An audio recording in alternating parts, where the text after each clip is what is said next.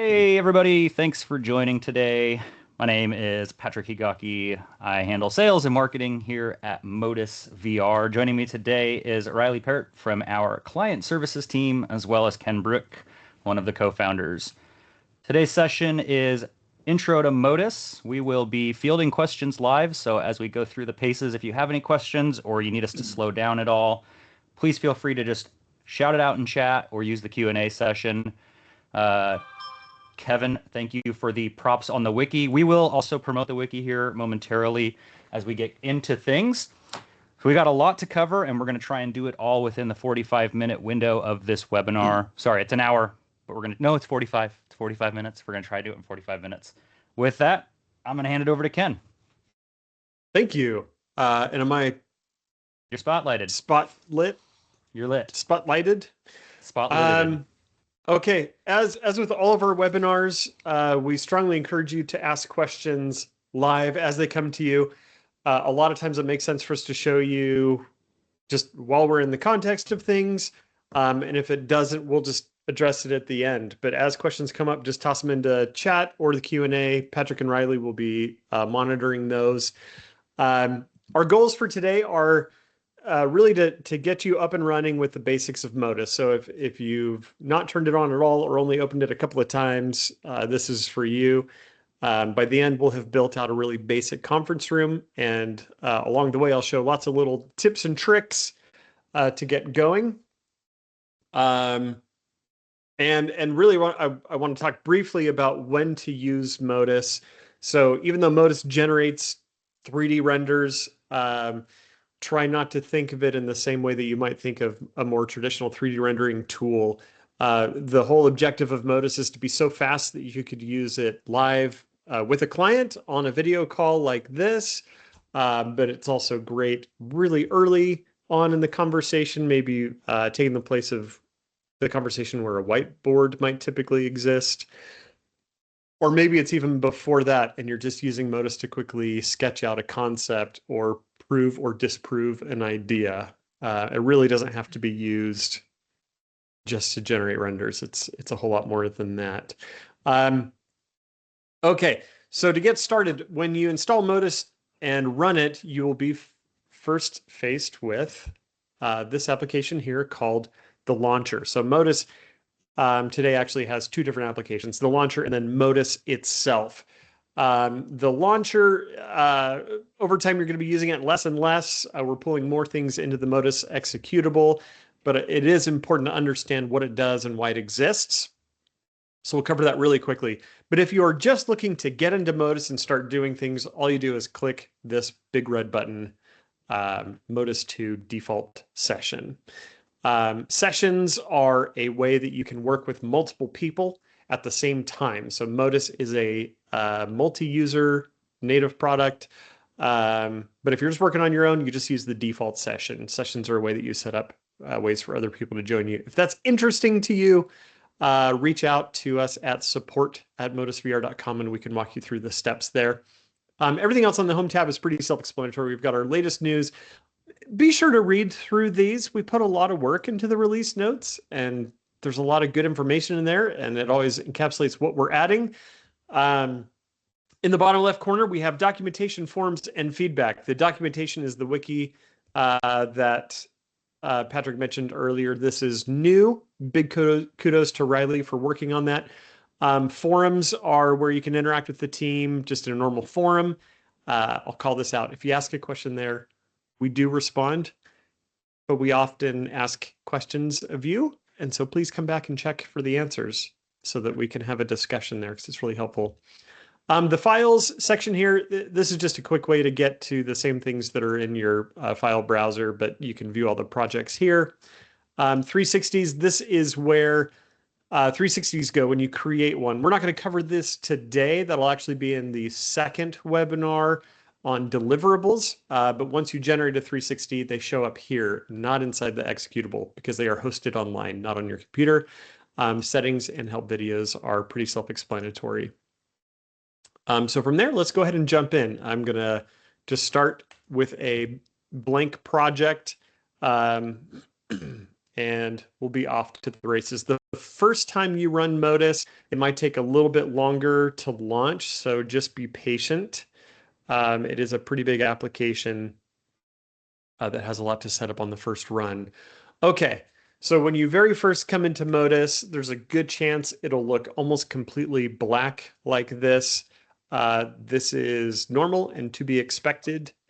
Um, so I want to go through a handful of things to get set up to ensure you're having a good experience. But actually, I should pause really quick. Patrick, I saw some chatter. Is there anything we wanted to cover?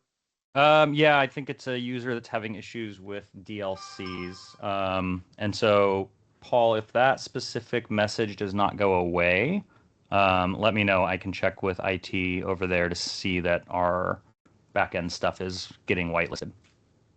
Okay, awesome. All right. Okay, so if first things first, I lost my notes here. Where are we? Okay.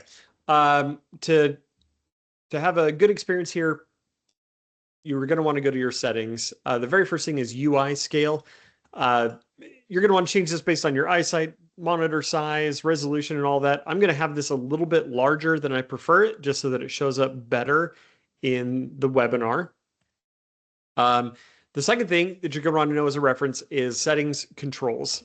This is where all of your controls are for all the different modes and tools inside Modus. So be familiar with this, especially the general navigation section. That's where you can change movement speed and look speed and even invert your mouse and things like that. So these are really key to understand. And then the third is viewport quality. So you can get there from settings viewport quality, or you can just click on this button in the top right corner. Um, Modus, when you're in the higher tier quality levels, is trying to simulate lighting. And this default project we're in has no lights in it, which is why it's so dark. So if I bring it down to a lower quality like medium or anything below, the room will immediately light up because it's no longer trying to simulate lighting. And so for now, I'm going to stay in this mode just so that you can see what's happening. And then once we add some lights and windows, we'll jump to a higher viewport quality and see how that looks. Okay, so now to talk a little bit about navigation. So Modus, when you're working in it, you basically have two modes. One is interaction mode and one is navigation mode. So to enter navigation mode, you can press M and that will toggle the menu, M for menu. But usually, most of the time, you're just going to hold the right mouse button. And when you're holding the right mouse button, that also enters navigation mode. And to move around the project, while holding the right mouse button, you move your mouse, you do W and S for back and forward, A and D for left and right. So you can kind of think of W, A, S, and D like arrow keys. And then space and shift move you up and down respectively.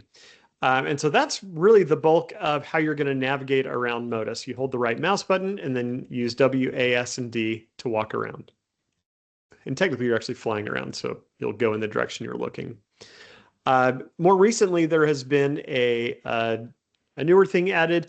If you hold the middle mouse button, it automatically puts you into navigation mode. And then as you move the mouse around, you just move up and down, left and right. So that's a really handy way to quickly reorient yourself along a wall, or if you are facing downward, looking like perhaps in a top-down view, working in that type of floor plan, middle mouse button is great for that as well. Okay, so that's navigation mode. Interaction mode is basically just dealing with the UI. So, for example, we'll set up the project how we like it, and we'll start customizing things from there. So the first tab we have is the project tab. If you're dealing with a rectangular room, you can change the dimensions of the project right here. So I'll actually make this a little bit narrower and a little bit taller. We'll keep the length the same. I'm going to press OK. It's going to fade down and fade back up, and now the room is different. The project tab is also where you would change your units. So if you're working in metric, you could change that here. The great part is you can change this at any time. It doesn't fundamentally alter anything. All the data under the covers is the same. I'll keep it in feet, inches, since most of our audience today is domestic. And then you can also change the environment. I'm going to actually fly outside here. By default, you'll have mountains, but if you wanted to change that to like a cityscape, you can do that here as well. That'll become more relevant once we have windows. Okay, so that's the project tab. Let's talk a little bit about objects. So Modus is an object-based workflow, which is what makes it a lot different than many other pieces of software out there. You're dealing at the object level only. So you're dealing with furniture and equipment and architectural elements rather than polygons, edges, and vertices. Um, the objects tab starts off as just one giant list of everything, and then you filter down from there either through keyword search or just using this hierarchy. So if we wanted to look for architectural elements and then find a window, for example, you find it and then you just drag it in. From there, you're just clicking on objects and dragging them around. Some objects will have different handles available to you. This window is pretty straightforward. I can grab the left and right blocks to resize it, and it's pretty straightforward. Now, once you have an object selected, and we're now knee deep into the workflow of Modus here. With an object selected, I can now come to the right side of my screen, and that brings us to the properties panel. So the options here are based solely on what you have selected. So when we have a window selected, we have options for the window. When we have a camera selected, we'll have options for the camera. And let's say I just want to have more vertical dividers and I want this glass to be transparent. That's all we have to do. And now that's how that looks. But let's say we also want to change these walls. I'm going to select one and I'm going to hold Control and click to select all of our walls at the same time.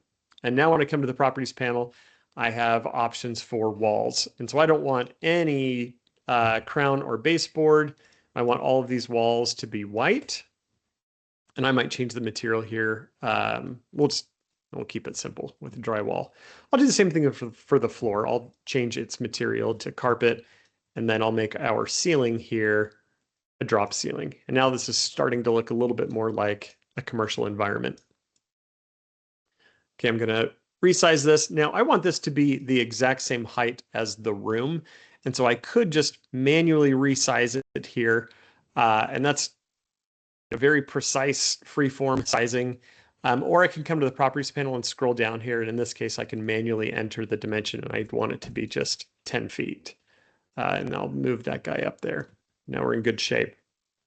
Now, while I have this object in here, actually, let's go ahead and add in a door. Bring that guy over here, and I'm pretty happy with its defaults, so we'll leave it there. Now we'll go ahead and bring in a table. So I'm just going to bring in a table here, and this is going to be an important way to talk about the difference between generic and real-world products. So I'll bring in a salamander rectangle table. So this is a generic table. This is a rectangular table.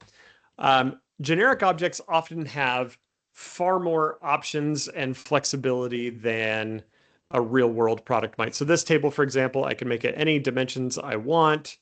I can make it any material I want. But when I resize the salamander table, it's going to snap to specific dimensions. And when I come into the properties for it, I have limited choices of the materials I can pick. This is important because even if I'm not familiar with the Salamander Unify table series, I can very quickly stumble my way through it, get to something I like, and if the customer falls in love with it, I know that I've configured this in a way that I could actually buy it. Whereas a generic table, you can do whatever you want with it. So I'll leave the salamander table in here, make it a little bit wider. Now let's add some chairs. So while we're bringing in chairs, let's see here. We'll do a shortcut chair. There's a handful of ways that we can make multiples of the same object. So the simplest is just Control C and Control V, just typical copy and paste. And those are also available up in the edit menu. And wherever my mouse cursor is where it's going to paste that chair.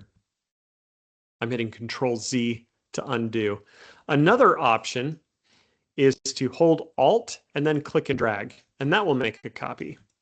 And this is often a really comfortable way to do it. It's very precise. Now I'm going to add one more copy behind the table, and then I'm going to use the mouse wheel to rotate it. And so when you get comfortable with those few things, it becomes really quick and easy. So mouse wheel to rotate, Alt drag to make copies. And very quickly we have started to flesh out this room. But what if we wanted to space these things in a grid or very mathematically place them? That's where we're going to get to the array tool.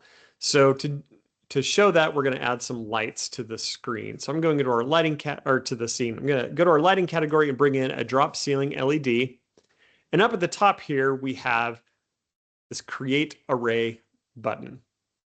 Now create array immediately takes whatever object I have selected and then turns it into an array. And while I have the array selected, all of the other instances of that object are kind of grayed out. They're colored funny. But if I select something else, we'll see that we now have two lights. So when I select this array, keep in mind, I now have the array selected, not that light object. I get a whole host of options for this that are really handy for placing an object. So let's actually jump down here. And so right off the bat, we can start changing the spacing of these objects and the quantity. So I'm going to say we want 3 and we want them spaced 6 feet apart. And now we want to start adding them going down the length of the room. And so when I add a second one here, it's pushing it in the wrong direction. I wanted them coming towards the back of the room rather than the front. That's where I can change the axis direction. To do that, I click flip direction and we'll see all these lights start heading in the other direction. I want these to be 6 feet apart as well, so that they are aligning with that ceiling grid. In fact, I probably want to do maybe 8 feet and then add another row. And now we're in pretty good shape. And that's the array tool. It has a lot of other options, but for the sake of time, we won't go too far into it. But now we have this room fleshed out. It looks like a pretty generic conference room without any equipment into it. And once you're familiar with navigating the space and adding objects, you should be able to do the same thing in about 5 minutes. So it can go really quickly. But now that we have lights and a window in here, I'm actually going to switch my quality back to a higher quality here. And so you'll notice my frame rate took a little bit of a hit there. If you're on a lower end machine, you may never be able to work in these higher quality levels. You might always have to be working in these lower quality ones. That's fine. You can actually output deliverables at a higher quality than that, which we'll cover in the next webinar. But if you're on a machine that has a decent graphics card, you should be able to do higher quality stuff. So I'm going to press OK. And right off the bat, we see that we get some nice shadowing that wasn't there before. We get some sunlight being cast. Things just have richness and a depth to them that they didn't have before. Okay, so now let's get to actually adding the equipment, the stuff we care about. Because really, up until this point, all the work we've been doing is just creating the context for the conversation. All right, so let's start by adding a display. Most of the displays in Modus are generic. At this stage of the conversation, nobody really seems to care if it's an LG or a Samsung display. They just care about the size. And I'll touch briefly on media playback. Every screen in Modus can have media played on it. And to do that, you come to the Media tab. And the way media works in Modus is you have channels that you push content into, and then displays choose which channel to play. By doing this, it allows you to have multiple displays showing different content if you want. So for example, and by default, all displays will tune in to channel 1. So if I hover over here to the properties panel, we'll see on the right side, this display is tuned in to channel 1. So now when I hover over a piece of content, like this THX piece of media, if I hover over it, it asks me which channel I want to play it on. And if I play it on channel 1, then we'll see that starts playing on the display. From there, I'm free to resize the display. I can click in the top right corner and just type in a value if I want. Say we want it to be exactly 75 inches. And we're already in a good position to start having a conversation about this conference room. But in all reality, we're probably not going to be showing movie trailers. We're going to be showing Teams or Zoom or WebEx. And so I'll do a WebEx call for a moment, or actually the home screen on WebEx. I'm going to put it to channel 1.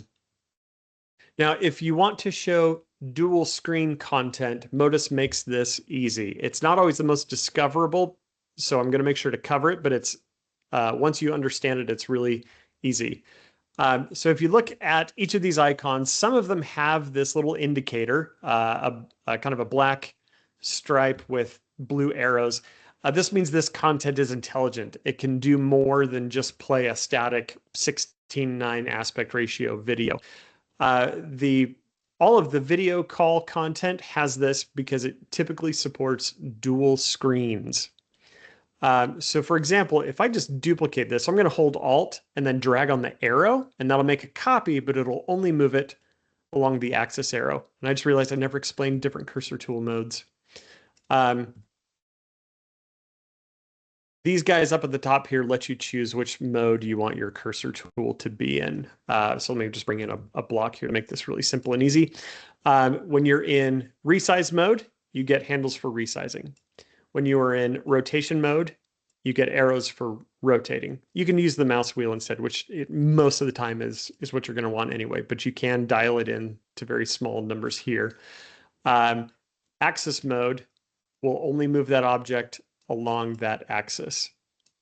And the hotkeys for these are listed up there as well, just W, E, R, and then T for measure mode. If you click and drag, that just shows you the distance between two things. Anyway, so that's how I created the duplicate here. I switched to axis mode and then Alt dragged on that arrow. So we have these two displays here, and they're showing the same thing, but really we want side-by-side content.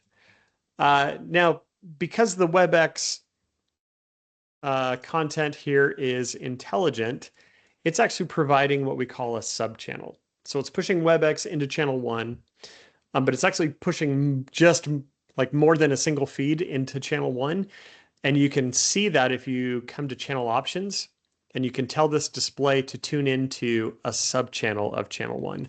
So in this case, I can tell it, all right, tune into the feed that is for the left display, and this one can tune into the feed that is for the right display. So it still is the WebEx content pipe being put into channel 1, but they are subscribing to different parts of that content.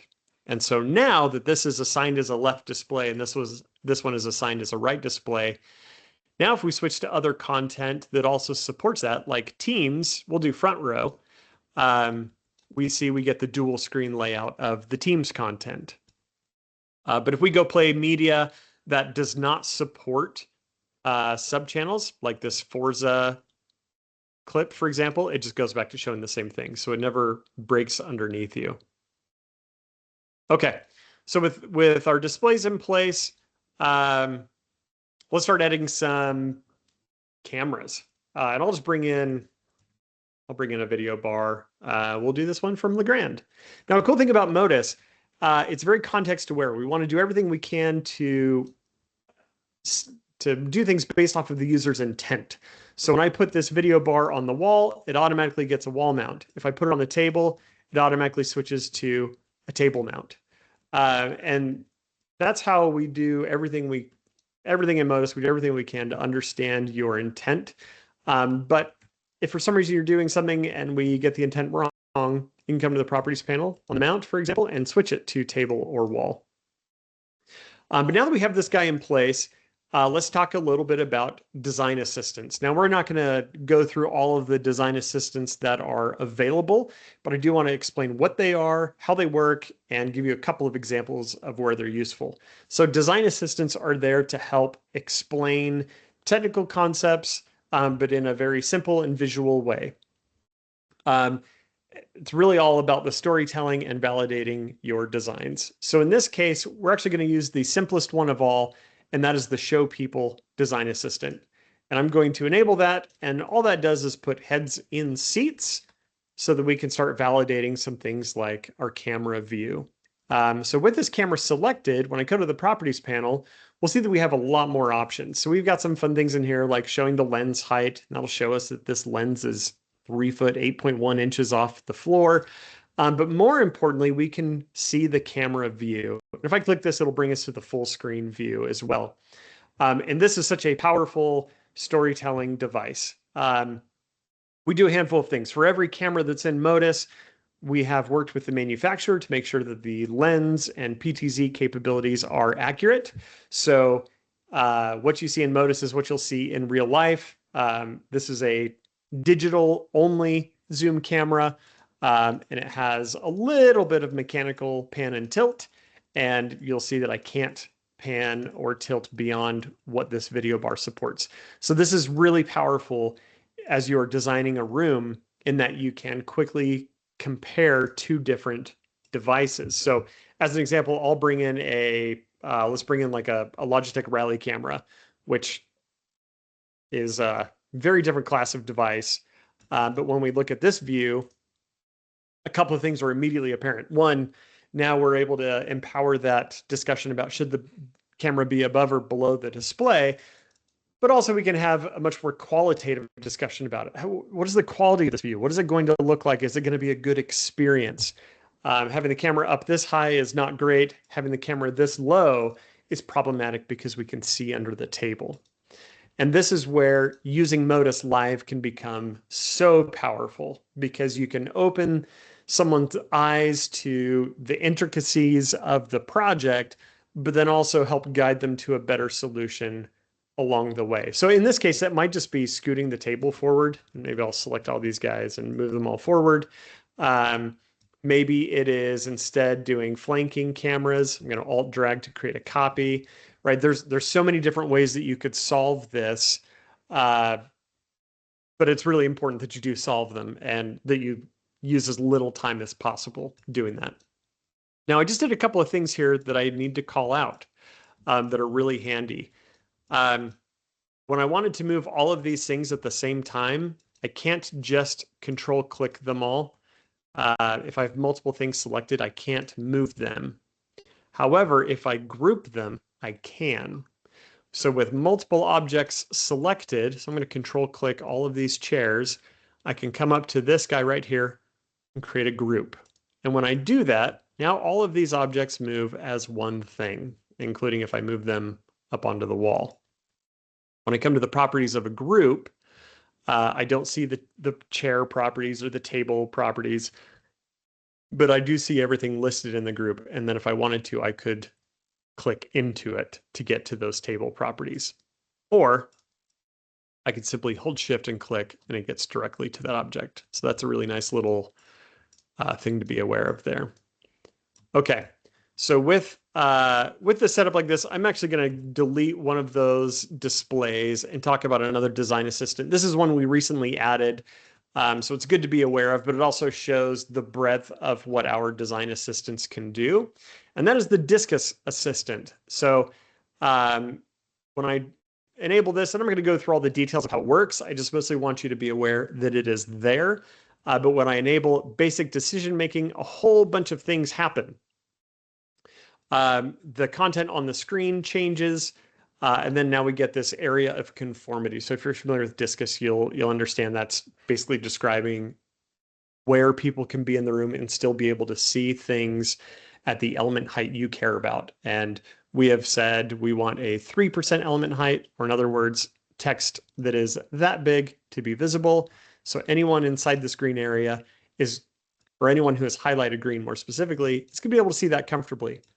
The great part about design assistants in Modus, and this applies to all of them, is that they are updated on the fly. So as I resize this display, change its elevation, the design assistant updates.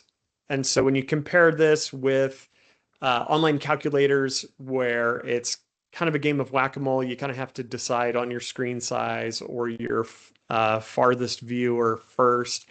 It becomes difficult to have a discussion to eventually find where you want to be. Whereas with Modus, it's really easy. In fact, I'm going to show you one other thing in here that we haven't covered yet to help make this view even easier.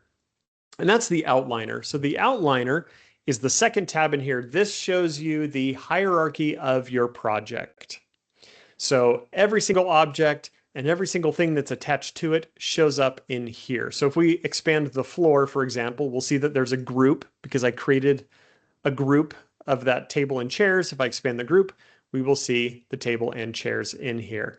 I can also rename this group, for example, so I could double click it and put table and chairs. That's handy, but it's even more handy in a moment. We can also hide that. And this is where groups become so powerful, is we could have two different options. We could have a trapezoid table with chairs and a rectangular table with chairs, and we could have them both set up as groups, and we could toggle back and forth between those two. We see this a lot with different display wall setups. Hey, here's your LED wall. Here's what that does to the cameras. Create a group. Turn that off. Create another layout of the wall with maybe dual displays and how that impacts the cameras. Put all those into a group, and then you can toggle back and forth between the two rapidly so that you can present really well. The other area the outliner becomes so handy is in hiding things like the ceiling or the walls. So if I select the ceiling and come to the outliner, I can press that eyeball and ceiling goes away. I can fly up and now I can work from this view, which in the case of Discus becomes really powerful. And I'm going to delete that video bar, but solving for this room is actually kind of a challenge with how it's laid out, because to get this display low enough for it to be good for everyone to see, it has to be so low that it's actually below the table. So this would take a little bit of workshopping to get right. But I bet if we just scooted the table back, we could bring this up some and we're in good shape. And we could actually kind of optimize the screen size a little bit too. Yeah, so we'd probably be safe with an 82-inch display at 3.5 feet off the floor, and everybody's compliant. And that was just, it only took a few seconds to figure that out because we could move all the variables really quickly.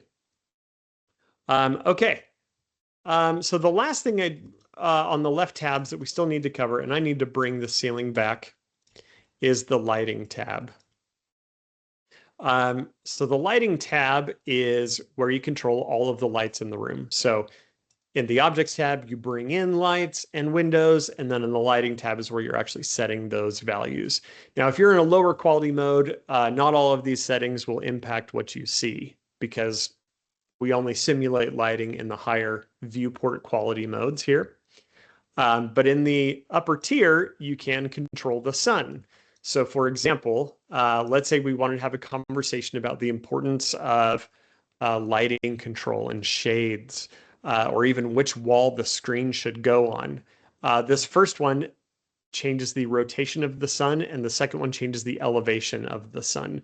So I'm going to make the sun really low. So this is either early in the morning or later in the day. I'm going to rotate it around, and now it's starting to splash onto the screen. I'm going to turn off the Discus Assistant here.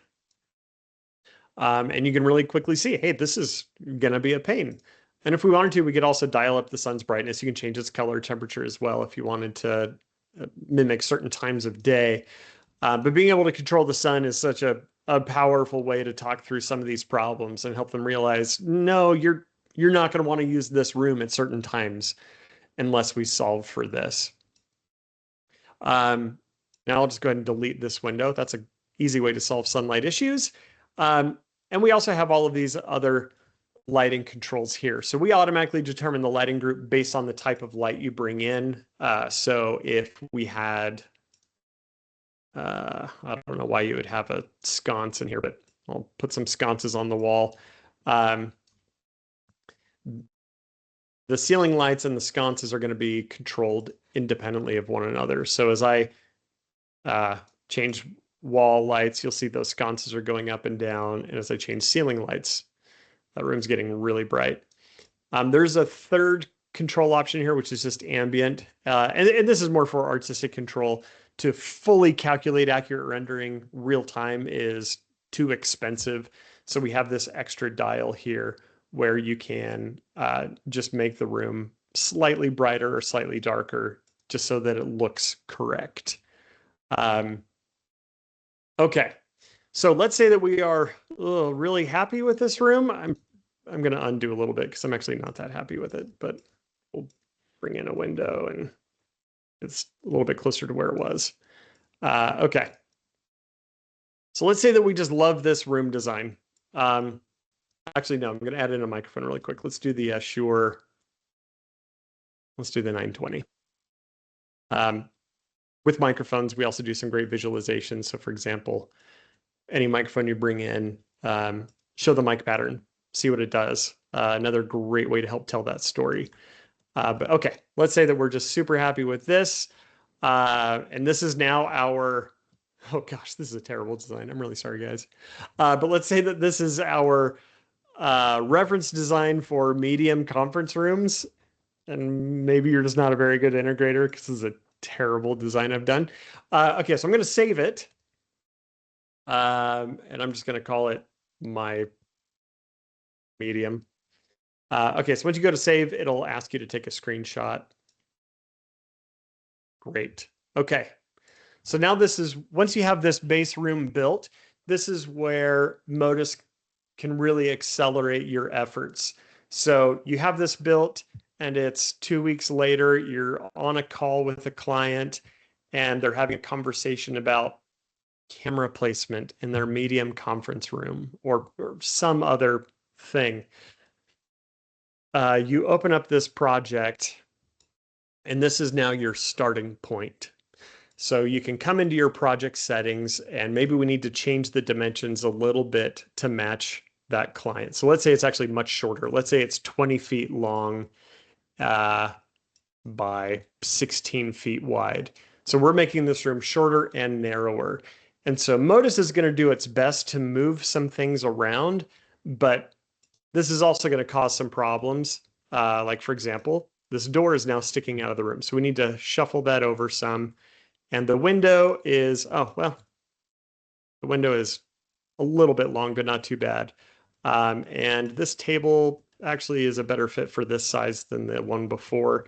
And maybe this client has a wood floor. So we'll give her an oak floor and maybe they've got like a branded front wall that's their corporate colors or something, a little bit less hideous. Okay. This is really what you should be doing as much as possible because now I have spent, I don't know, 60 seconds or so just altering this reference design room. It has all the equipment that we like for that room, but now it's bespoke. It's exactly what that client needed. Do this as much as you can. Have like a playbook of rooms built that you can rely on. This is also a really good exercise to get familiar with Modus, setting up these really simple rooms, your huddle, small, medium, and large, your executive boardrooms. I strongly recommend just rebuilding some spaces around the office just to get familiar with the tool. But this is a wonderful, wonderful way to leverage your time. And so this gets us to a pretty good stopping point. There's always like 1,000 more things we could show, but this definitely covers the bases. So I'll pause here. Patrick and Riley, are there any questions that we need to cover that we missed that weren't already tackled in chat? Yeah, there was one about selecting. So when you selected the chairs to group them, as a while back, I didn't interrupt you. Is there a way to select all the chairs instead of having to individually select them? Yes, there is. And thank you for calling that out because I just did it without even thinking about it. The button is select similar. And so that is just control plus or plus equals on your keyboard. And what that'll do is that'll select everything that is the same object, not the same configuration. So like even if I have this chair, but it's in stool configuration, it has no cushion and it's blue. That's not blue, and it's blue. If I select this chair and then do select similar, it'll still select all of those chairs. But yeah, I just do control plus on my keyboard, but this is the button in the UI and that'll select them all. And then from there, you can just press control G and it'll create a group. There's another question. This is a little more advanced, but is it possible? Okay.